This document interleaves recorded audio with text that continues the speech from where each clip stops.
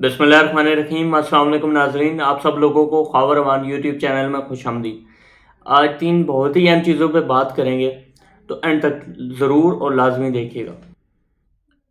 एक चीज़ जो कि पंजाब हुकूमत ने, अबूरी पंजाब हुकूमत ने फ़ौज को ज़मीन अलाट की, उसके बारे में मुकम्मल तफसीलात आपको देंगे।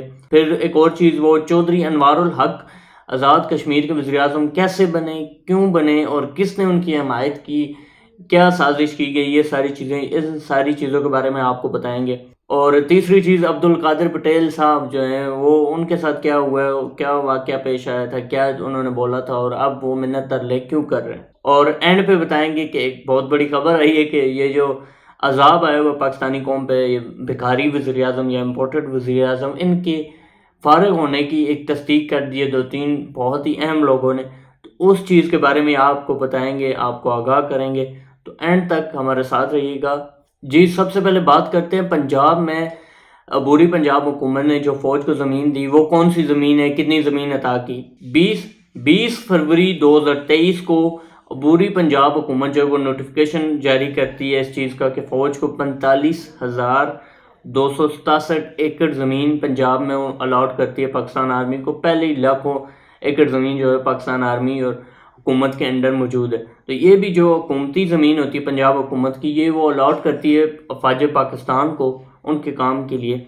और 8 मार्च को जो है वो जॉइंट वेंचर एग्रीमेंट जो है वो भी साइन हो जाता है। उसके साथ साथ 31 मार्च को जो है वो लाहौर हाई कोर्ट इस चीज़ का एक्शन ले लेते हैं, या इस पर सो मोटो एक्शन, या इस पर वो नोटिस ले लेते हैं कि ये क्यों की गई, क्या वजह बनी, क्यों आपने जी ऐसे ही पंजाब हुकूमत की अवाम की ज़मीन उठा के जो है वो अफवाज पाकिस्तान को क्यों दे दी, इसकी वजह क्या है। तो अब आपको बताते हैं कि इसकी वजह क्या है।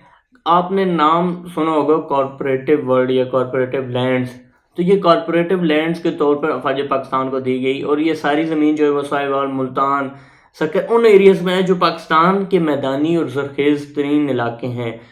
तो ये वो ज़मीनें हैं जो पाकिस्तान को जो है वो खुराक पैदा करती हैं, और पाकिस्तान की आप ये कह सकते हैं कि खुराक के तौर पर माँ है पाकिस्तानी अवाम की, और यहीं से तमाम पाकिस्तान को जो है वो खुराक जाती है। और इन्हीं ज़मीनों की वजह से पाकिस्तान को एक ज़री मुल्क भी कहा जाता है। आपने 1-1.5-2 साल पहले इंडिया में भी एहतजाज देखे होंगे। तो इंडिया में क्या हुआ कि इंडिया में भी उनकी हुकूमत ने ऐसे किए, कुछ ज़मीनें जो है वो कॉरपोरेटिव वर्ड्स को देनी शुरू की, यही एग्रीकल्चर लैंड जो हैं वो देनी शुरू की, वो डेवलप करेंगे और वो इन चीज़ों को चलाएंगे।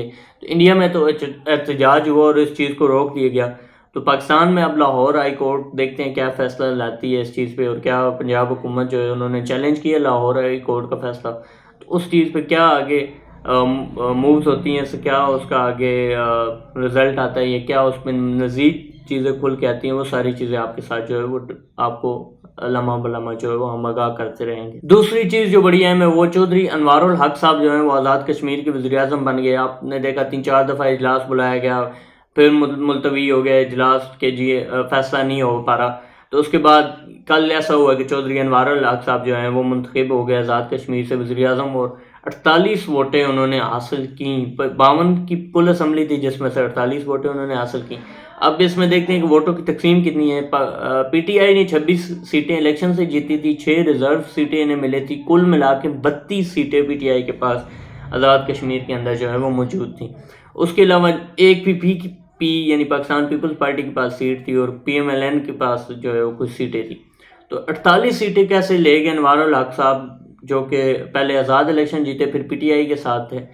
तो पीटीआई के लोग ये कहते हैं कि हमने तो उन्हें सपोर्ट नहीं किया। तो ये वही अंदर उन्हीं मिली भगत है, वही पैसे की लेन देन है, मंडियाँ लगी, उन मंडियों के ज़रिए ही अनवारुल हक साहब वज़ीर आज़म बन गए। जिस तरह वफाक में शहबाज शरीफ साहब जो हैं वो वज़ीर आज़म बन के आए, ये भी उसी तरीके से उन्हीं मंडियों से, उन्हीं से लेन देन से जो है वज़ीर आज़म बन के आए। तो ये कश्मीर के लिए, आज़ाद कश्मीर के लिए भी, कश्मीर कॉज के लिए भी ये काफ़ी नुकसानदेह चीज़ है कि 5 साल, अभी क्या 3 साल हुए हैं तकरीबन, और आपके 3 वज़ीर आज़म चेंज हो गए। पहले एक न्याजी साहब बनाए पीटीआई ने वज़ीर आज़म, वो उनको जाना पड़ा, फिर सरदार तनवीर इलियास साहब को जाना पड़ा, वो बने, वो उनको जाना पड़ा, और अब तीसरे वज़ीर आज़म आए और इन पर भी कोई एतमाद नहीं कर रहा। देखते हैं अब क्या बनता है, क्या ये 5 साल मुकम्मल करेंगे उनके। फिर आगे बात करते हैं अब्दुल कादिर पटेल साहब की। अब्दुल कादिर पटेल साहब ने دو تین دن پہلے اسمبلی کے فلور پہ کھڑے ہو کے بڑا ایک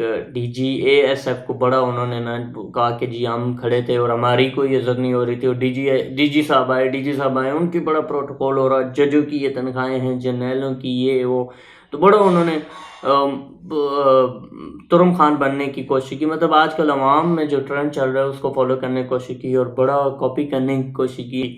لیکن کل ان کو پریس کانفرنس کر کے معافی مانگنے کی جو ہے وہ نوبت آ گئی. انہوں نے کل کیا کہا؟ انہوں نے پریس کانفرنس میں کل یہ کہا کہ میں نے جو کچھ باتیں کی میرا وہ مطلب نہیں تھا، ان کو کسی اور سے حق و سباق سے ہٹا کے چیزوں میں لے لیا گیا. لیکن یعنی آپ کی جتنی اوقات ہے آپ اس کے اندر ہی رہنا، صبح نکلنے کی کیا ضرورت ہے؟ آپ ایک DG صاحب کو تنقید کرتے ہیں اور اس کے بعد آپ کو معافی مانگنی پڑتی ہے پریس کانفرنس کر کے وزیر ہونے کے باوجود. تو جب آپ کی اتنا نظام ہے، اتنی اوقات ہے، تو آپ کو کیا ضرورت پڑی تھی اتنی بڑی بڑی بونگیاں یا اتنی بڑی بڑی جو ہیں وہ بڑھ کے مارنے کی؟ اینڈ پہ بات کرتے ہیں وزیر اعظم شہباز شریف کی. میں کیوں کہہ رہا ہوں کہ جو وزیر اعظم شہباز شریف جو ہیں وہ گھر جا رہے ہیں، اس کی بڑی وجہ یہ ہے کہ خواجہ آصف صاحب وزیر دفاع انہوں نے ٹویٹ کیا 11 گھنٹے پہلے، تقریباً جب یہ ویڈیو بن رہی اس وقت 11 گھنٹے ہو چکے تھے ان کے ٹویٹ کو. انہوں نے یہ کہا کہ اگر ہمارے وزیر اعظم کو گھر بھیجا گیا، مطلب ان کو یہ سائنس دکھائے جا رہے ہیں، بڑوں نے فیصلہ کر لیا ہے، لگتا ہے ایسا ہے مذاکرات میں کہ جو وزیر اعظم صاحب ہیں ان کو گھر بھیجنے کی تیاریاں ہو رہی ہیں. اور اس کے ساتھ ساتھ صابر شاکر صاحب ایک بڑے ہی معروف صحافی ہیں، آپ سب لوگ جانتے ہیں، انہوں نے بھی اپنے ویلاگ میں یہ کہا کہ وزیر اعظم شہباز شریف صاحب جو ہیں ان کی چھٹی ہونے والی ہے اور وہ گھر جانے والے. تو تمام پاکستانیوں کے لیے اگر ایسا ہو تو یہ تو بڑی خوشخبری والی بات ہے، بڑی خوشی والی بات ہے کہ جو ایک عذاب ان پہ نازل ہوا ہے، عذاب الہی کہہ سکتے ہیں، وہ اس سے جان چھوٹ رہی ہے تمام پاکستانیوں کے لیے. تو دیکھتے ہیں کہ کیا بنتا ہے، اس کا کیا رزلٹ آتا ہے. بات چیت چل رہی ہے تو لگتا تو یہی ہے کہ شہباز شریف اب چند دنوں کے مہمان ہیں اور گھر جا رہے ہیں. تو ہمارے ساتھ رہیے گا، چینل کو لائک سبسکرائب اور شیئر کیجیے گا. آپ کا بہت بہت شکریہ. اللہ حافظ.